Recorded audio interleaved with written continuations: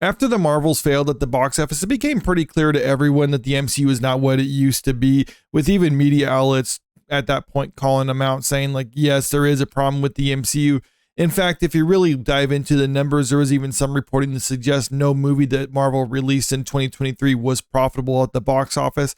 And that includes Guardians of the Galaxy Volume 3, because if you take into account how much the studio actually gets from foreign releases, as well as their marketing costs, they might have been a little bit in the hole on that movie too, even though that was their most successful one.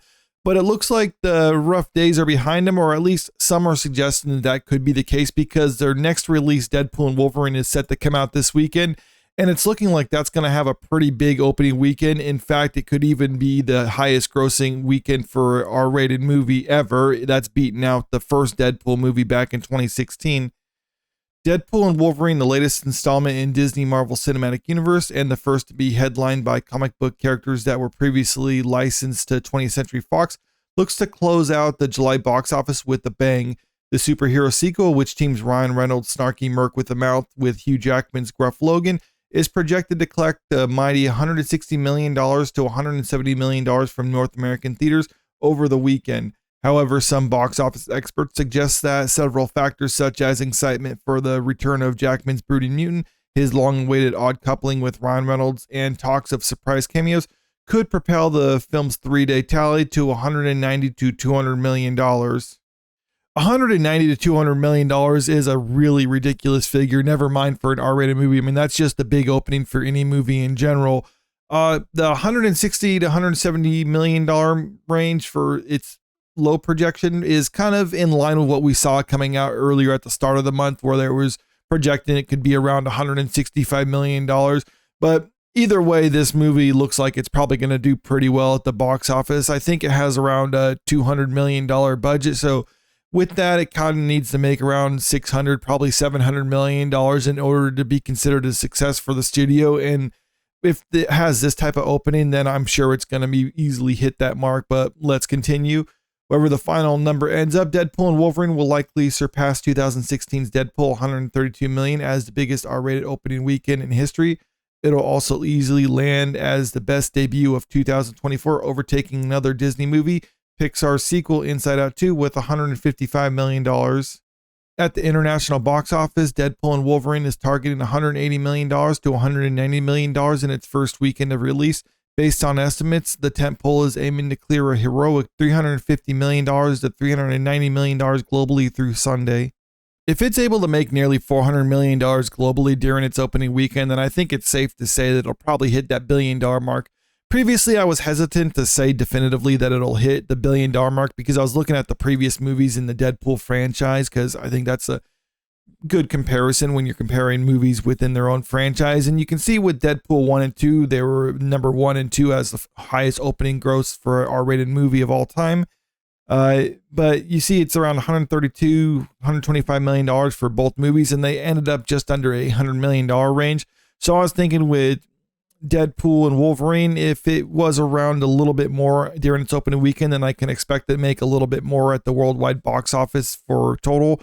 And that's why I was thinking it'd probably be around the $850, maybe $900 million global mark. But now I'm seeing some of these other numbers that are saying nearly $400 million alone during its opening weekend. Well, then, yeah, it's probably going to hit that $1 billion mark and be one of the more successful movies for Marvel, especially when you consider that there's pretty decent word of mouth for this movie. And I'm sure once audiences start seeing it, we'll see in the high 90% range after the opening weekend. And it'll probably after the opening weekend settle around the low 90% range in total, because people really do like Deadpool and Wolverine. And this is the big question to be had with this. Does it mean Marvel is saved with this? And honestly, I don't think it's really going to save them. And the reason why is because previously audiences looked at the MCU as a sort of brand, which is a double-edged sword for studios when you can have a big brand like Marvel, because then people will go and watch your popular characters like Deadpool and Wolverine. And then since it's part of this brand, then the studio can actually put out less known characters or less popular characters, and those movies will still be successful. But after the Marvels flopped, actually pretty much all 2023 flopping for Marvel, we've seen that people are more selective about what movies they're going to choose to support. And it's no longer people are just going to watch a movie because it's a Marvel movie. They're going to watch a movie because they like the characters or the story looks interesting or people have good word of mouth about it and say the movie is just really good.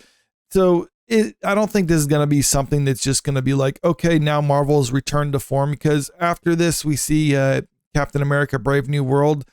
I've already said I don't think that movie is going to make any money, and that's simply just due to the fact that they're spending so much on it. It has to make like $1 billion or something like that in order to break even, which I can't see it doing, because, I mean, nothing against Anthony Mackie. I think he's great in the MCU, but he's just not a leading man type person for these movies. So we'll just have to wait and see. I think the movie could probably be not successful. I think it can make around $700 million, but I mean, since they're spending like $400 million on that movie, it needs to break like $1 billion, which is a pretty tall order for any movie. I mean, even this one, like I was saying, I wasn't expecting it to necessarily hit $1 billion mark at first, but now it's looking like that's going to be the case.